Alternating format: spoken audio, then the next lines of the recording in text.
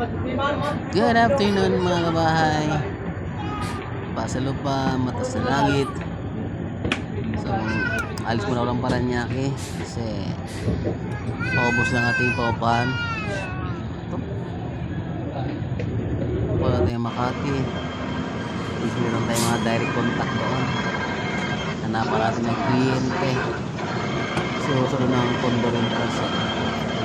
Ito na lang ang Lord na isang magandang company, ng CBC company,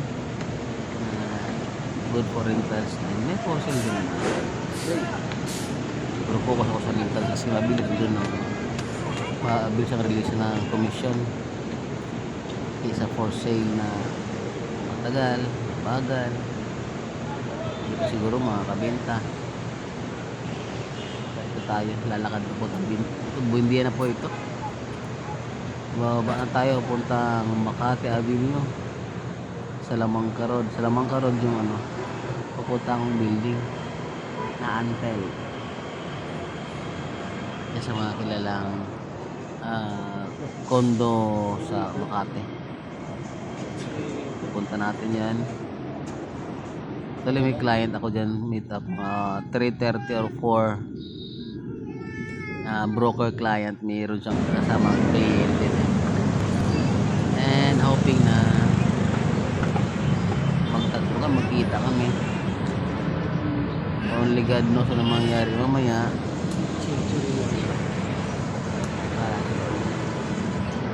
Importante yung trabaho natin, gagampanan natin na maayos, wala tayong pinatapakan na tao, wala tayong nilulokong tao. Mahalaga, diretso lang sa gawain natin. Kung mula sa Makati Avenue lalakarin na punta sa lamang kasi mga 10 to 15 minutes.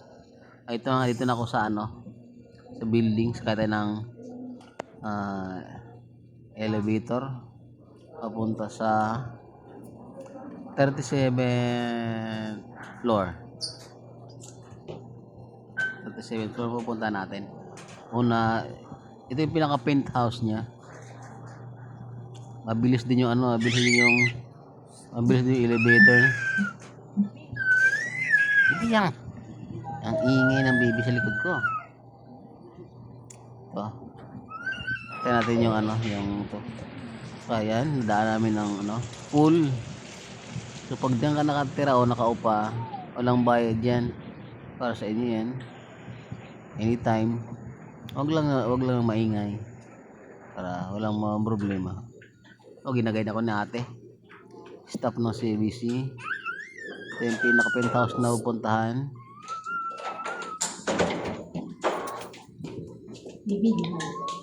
Pagpasok natin sa kitchen sa kaliwa. Ilang square meters to ka? Mahaba siya. In person, mahaba siya. And then sala. May TV, may aircon, may split Ako time. nasa 51 to eh. May ref. Nasa Ang first 51. master bedroom nito. Ayan. May sarili siyang toilet and bath and Bathtub. bathtub. Ayan. May bathtub siya. Biya. Ayan. Tapos yung pangalawa naman na room, may sarili din siyang toilet and bath. So wala siyang common CR. It's kanya-kanya sila. Ayan. Pasok. Malawak siya. Malapad. So lahat ng room may sariling comfort room, no? Mga beddings nila. Lahat ng room, ng dalawang room may sariling comfort room. Toilet bowl tsaka shower space. 51.5 yata to. Lapit na. Yan lang muna upload ko ngayon. Sunod naman o bukas naman yung ibang na pasok namin. So wala siyang common CR, Sa ma'am. akin. Kasi may kanya-kanya siya. Salamat po. Please comment, like, and share.